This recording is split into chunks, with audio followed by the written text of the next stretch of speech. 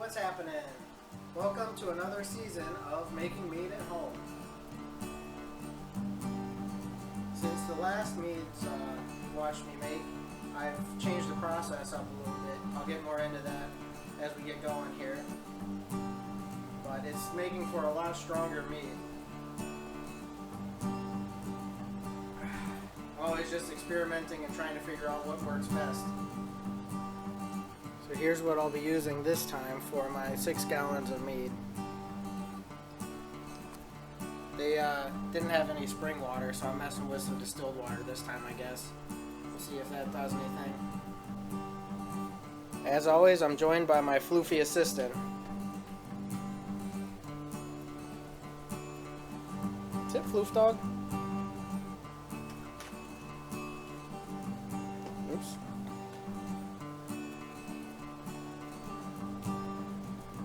Good girl. She leaves when the treats are gone. Oh, she's looking for more. All out, Floof Dog. Good girl. Nope, now she's gone. So, same as last time, I'm using the possibly stolen sanitizer tabs. I'll make sure you sanitize everything. It's a really important step.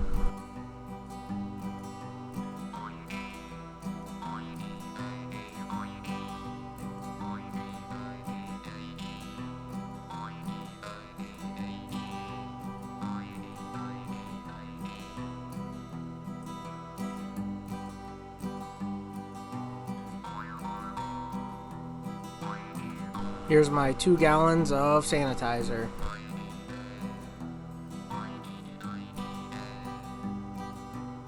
Now I just drop everything that'll fit into the sanitizer and let it sit for a bit. This is the pot I'll use to heat up some water to mix the honey with.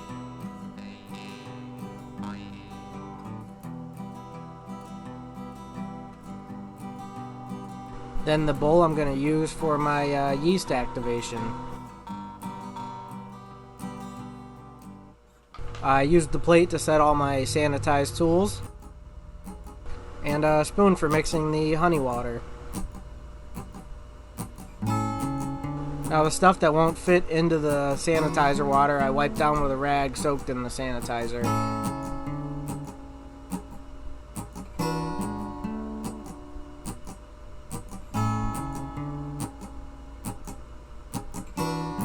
Now I'll take everything out and let it dry up pretty good before using it.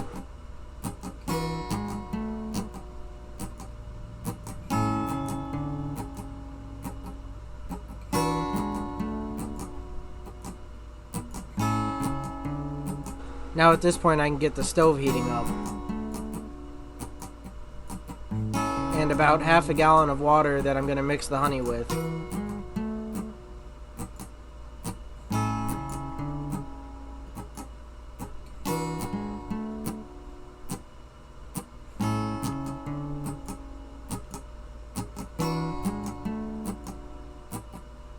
Now I'm going to fill the sink with hot water to set my honey jugs in to get them thinned up a little bit for when I mix them with the water on the stove.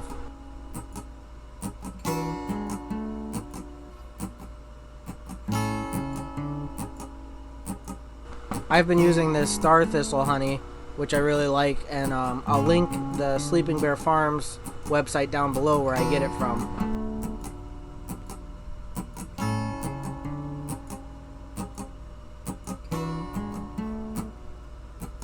Now the water's hot enough, I can take a little bit out for my yeast activation.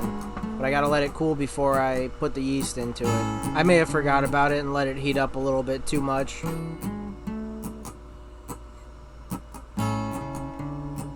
Now I can shut the stove off and remove the water from the heat.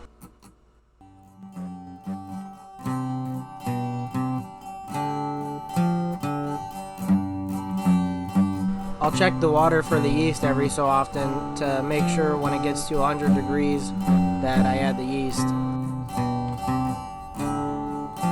At this point in the game I can ditch the sanitizer water.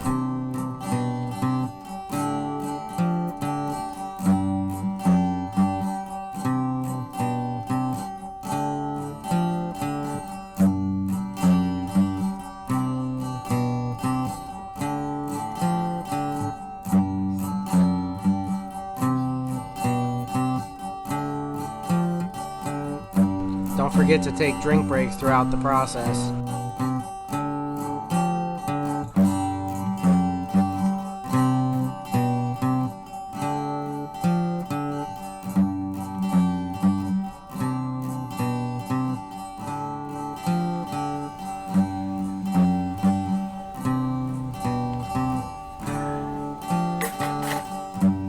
Now it's time to start mixing the honey into the heated up water.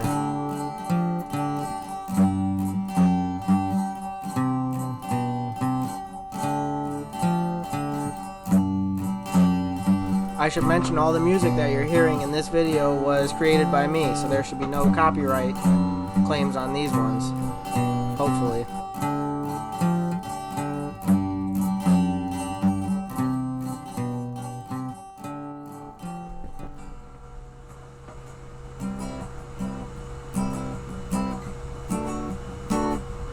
For this batch, I'm using 1.5 gallons of honey, trying to get the product to be sweeter at the end without having to back sweeten it. But last time I tried, I ended up with a lot more alcohol and not so much the sweetness that I wanted. But I'm going to try it again and tweak a few things and see how it works out this time. The amount of water and honey I'm using barely fits into the pan that I'm using.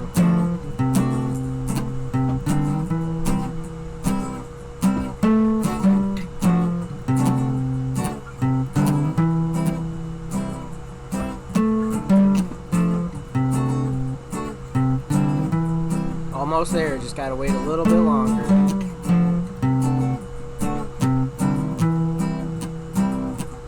Now I'm gonna start dumping some water into the fermenter to get ready for when I add the honey water in.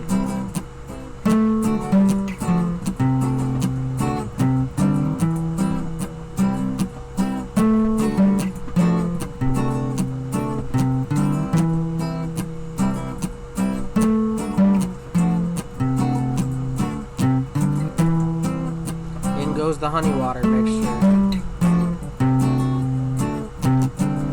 Gotta make sure to mix it up and get it nice and aerated so it's got plenty of oxygen for the ferment.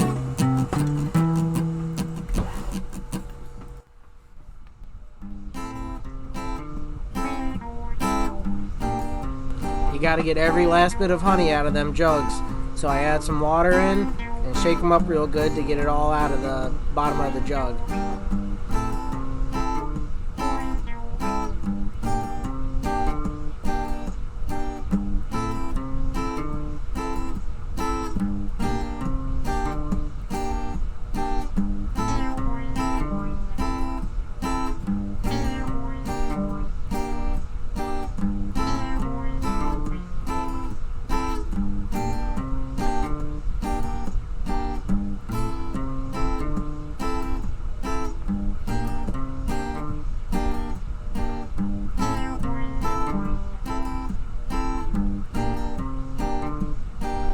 Now the water's at the right temp, so I'll go ahead and add the yeast into it. I've been using the Lavalin D47, which is a pretty decent white wine and mead yeast, and it's worked out pretty well for me, so I just keep using it.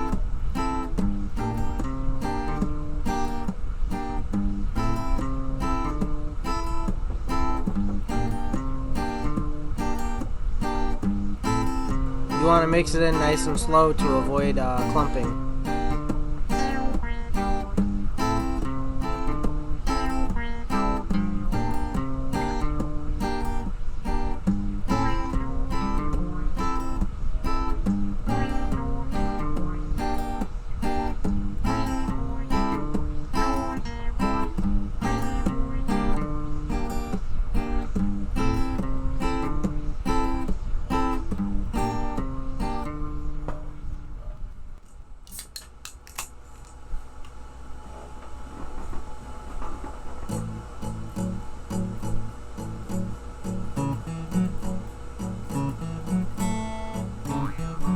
Now I'm just going to top off the water level to the 6 gallon mark.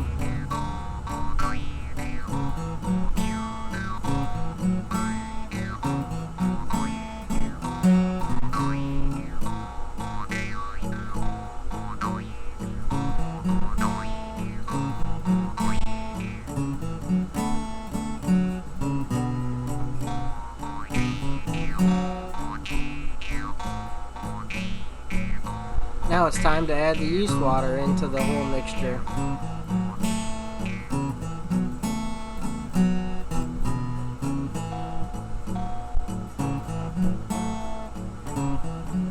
I add black tea bags because they generally help the ferment process.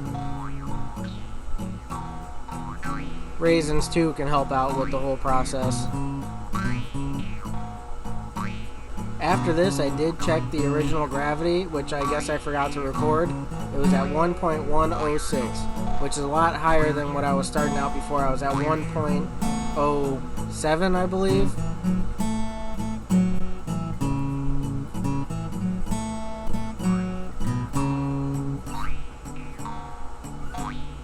Now we seal it up and lock it away for a month.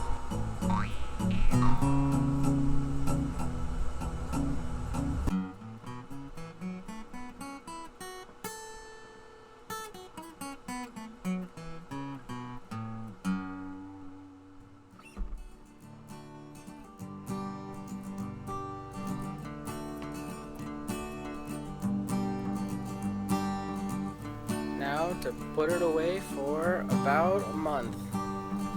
Yeah, probably a month.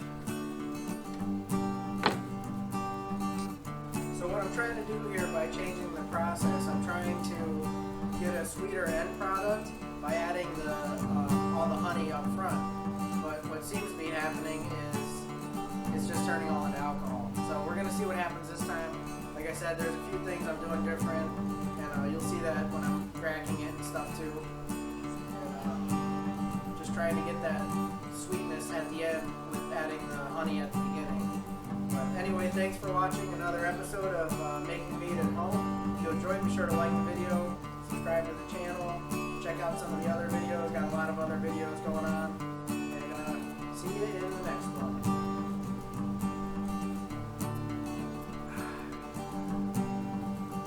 And also, like I mentioned, I'm going to let this mead go for a month. So stay tuned for week after week. I'll be doing some talking mead where I'll be trying out some of the other meads I've made in the off time when I wasn't recording, and talking a little bit about those things, my mead making process, maybe opening up some boxes, things like that. So stay tuned for that also.